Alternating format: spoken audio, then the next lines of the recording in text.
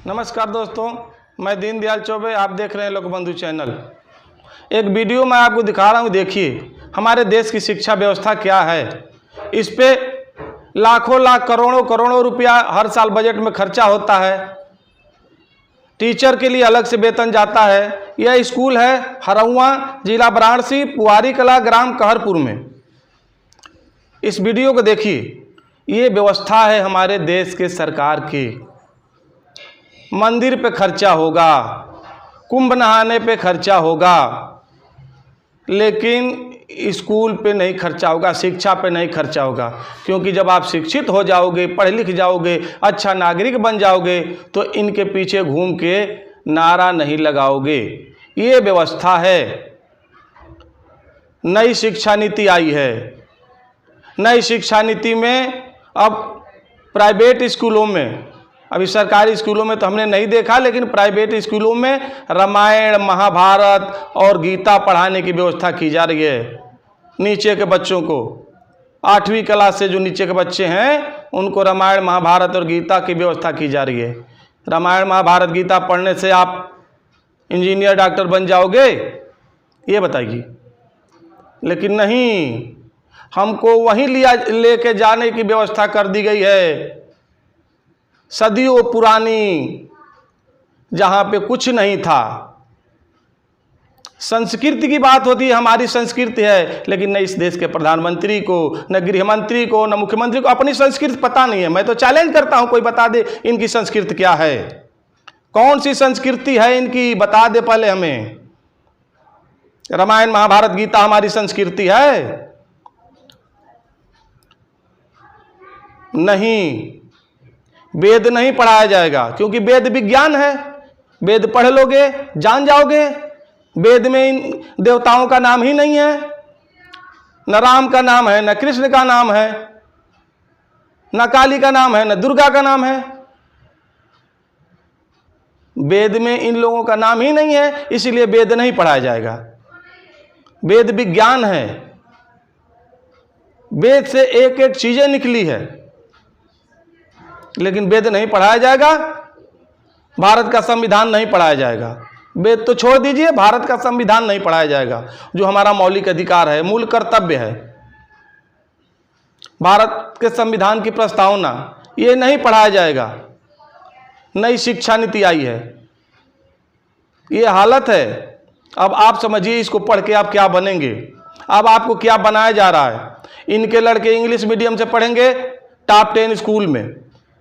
कुछ महामूर्ख तो गुरुकुल की बात करते हैं कि हमारे यहाँ गुरुकुल हुआ करता था, लेकिन इन महामूर्खों से मैं पूछना चाहता हूं कि बताओ, गुरुकुल में किसके बच्चे पढ़ते थे? क्या किसी गरीब के बच्चे पढ़ते थे गुरुकुल में? उन्हीं राजाओं के बच्चे पढ़ते थे, मंत्रियों के बच्चे पढ़ते थे।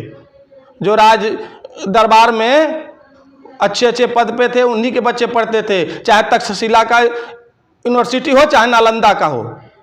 एक बार पता कर लेना, ध्यान करना कि उस गुरुकुल में और उस यूनिवर्सिटी में कौन पढ़ता था। अब ज्ञान बखारते हैं कि हमारे यहाँ ये था, हमारे यहाँ वो था, हमारे यहाँ ये था।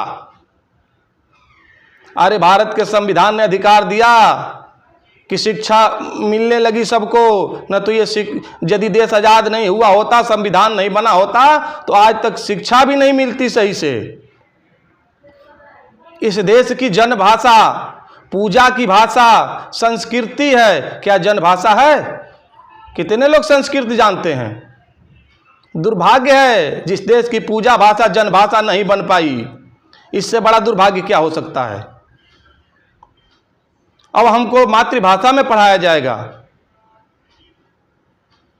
भैया, जनता जनार्दन से मैं कहना चाहता हूं कि अपने बच्चों को जो अच्छा लगे, जो रोजगार परक भाषा हो, उसमें पढ़ाइए। दूसरी बात, प्राइमरी स्कूल की दशा देख रहे हैं। प्राइमरी स्कूल के टीचर का वेतन कहाँ से जाता है? जनता के टैक्स के पैसे से। और स्कूल में, प्राथमिक विद्यालय में बच्चों की संख्या देख लीजिए। ये दशा है। किताब भी फ्री है, ड्रेस भी फ्री है, जूता भी फ्री है, फीस भी नहीं लगना है। लेकिन नहीं, उस पर किसी का ध्यान नहीं है। जबकि इतने अधिकारी बैठे हैं शिक्षा मंत्री है, डीएम है, बीएसए है, नीचे का टीचर है, तमाम विभाग बने हैं शिक्षा के लिए, और आज सरकारी शिक्षा की दशा देख लीजिए।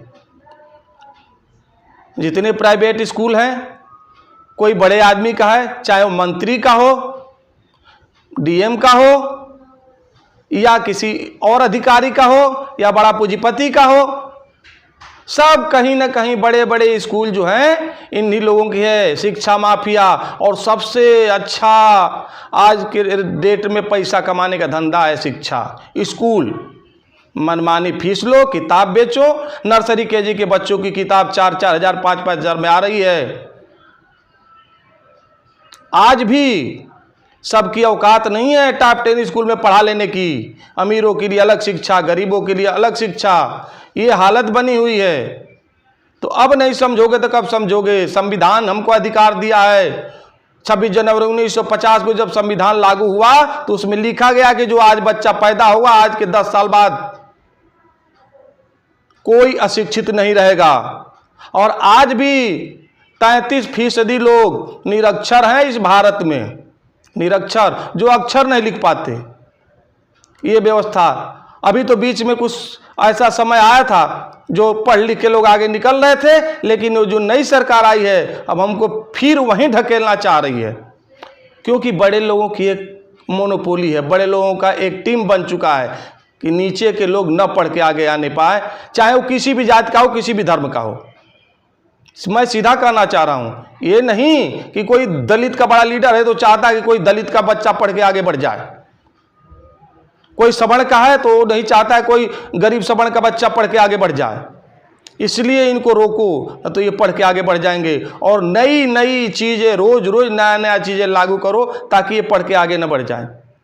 इसलिए जनता जनार्दन से मैं कहना चाहता हूं कि आप जागरूक होइए और अपना अधिकार मांगिए कि देश में एक बोर्ड और एक पाठ्यक्रम लागू हो। राष्ट्रपति हो या चौकीदार की संतान, सबको शिक्षा एक समान, तब जाके काम बनेगा।